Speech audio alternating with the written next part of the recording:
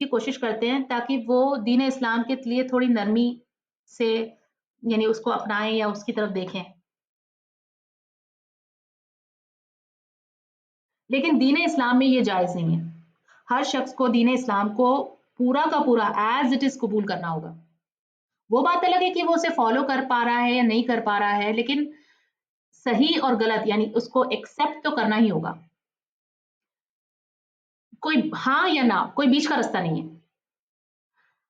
ایک بار مشرکین مکہ نبی صلی اللہ علیہ وسلم کے پاس آئے اور کہنے لگے چلو تھوڑا کمپرومائز کر لو، پورے سال ہم تمہارے اللہ کی عبادت کریں گے، اللہ کا نام لیں گے، لیکن سال میں صرف ایک دن ایسا رکھو جس میں تم ہمارے الہ کا یعنی تم کسی ایک بت کا نام لو یا کسی ایک بت پر اپنا ہاتھ رکھ لو یا کسی ایک بت کو تسلیم.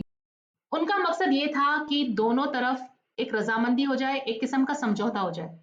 تو نبی صلی اللہ علیہ وسلم نے ایسا کرنے سے انکار کر دیا. آپ صلی اللہ علیہ وسلم نے یہ نہیں سوچا کہ ہو سکتا ہے کہ جب یہ اللہ کا نام لیں، اللہ کی باتیں سنیں، قرآن سنیں، تو ہو سکتا ہے ان کے دل بدل جائیں اور خود بخود یہ بتوں کی عبادت چھوڑ دیں. تو چلو پھر بس میرے لیے تو صرف ایک ہی دن کرنا ہے ایسا، تو میں کر لیتا ہوں، تھوڑا کمپرومائز کر لیتا ہوں تاکہ یہ دین اسلام کی طرف آ جائیں. نہیں، ایسا نہیں کیا جا سکتا. ان کے خواہشات کی پیروی نہیں کی جا سکتی، ایک پل کے لیے بھی نہیں کی جا سکتی. اگر ایسا کیا گیا تو توحید کی پیورٹی ختم ہو جائے گی، دین اسلام پیور نہیں رہے گا. اللہ نے بالکل صاف منع کر دیا. اللہ سبحانہ تعالیٰ نے فرمایا کہ نہیں، آپ صلی اللہ علیہ وسلم ان کی خواہشات کی پیروی نہیں کرو گے. یہ قرآن میں اصول بنا دیا گیا کہ اسلام میں کسی طرح کا کوئی کمپرومائز نہیں ہو سکتا.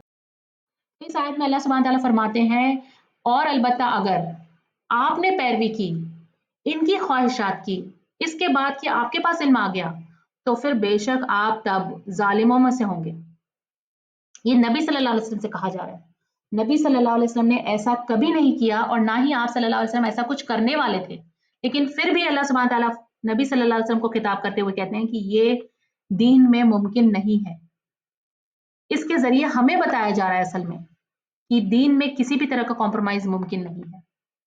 اور اسی وجہ سے آپ دیکھیں کربلا میں نبی کریم صلی اللہ علیہ وسلم کے پیارے نواسے امام حسین اور آپ صلی اللہ علیہ وسلم کے اہل بیت نے سر کٹانا قبول کیا لیکن دین میں کمپرومائز کرنا قبول نہیں کیا. وہ جنگ کوئی سیاست کے لیے جنگ نہیں تھی، وہ ایک طرف جہاد تھا اس اخلاص اور توحید کے لیے اور دوسری طرف سراسر ظلم. آیت نمبر 145 کو ہم واپس ایک بار دیکھ لیتے ہیں. اور اگر تم ان لوگوں کے پاس ہر طرح کی نشانیاں لے بھی آؤ جنہیں کتاب دی گئی تھی تو بھی وہ تمہارے قبلے کی پیروی کبھی نہیں کریں گے اور نہ ہی تم ان کے قبلے کی پیروی کرنے والے ہو، اور ان میں سے بھی وہ لوگ ایک دوسرے کے قبلے کی پیروی نہیں کرتے ہیں. اگر تم ان کی خواہشات کی پیروی کرو گے اس علم کے بعد جو تمہارے پاس آ چکا ہے تو تم بھی ظالموں میں سے ہی ہوں گے. الحمدللہ آج کا لیسن یہاں پہ ختم ہوتا ہے. سبحانک اللہم و بحمدک نشہد ان لا الہ الا انت نستغفرک ونتوب الیک. Dear brothers and sisters, if you found this video beneficial, please share with others and be part of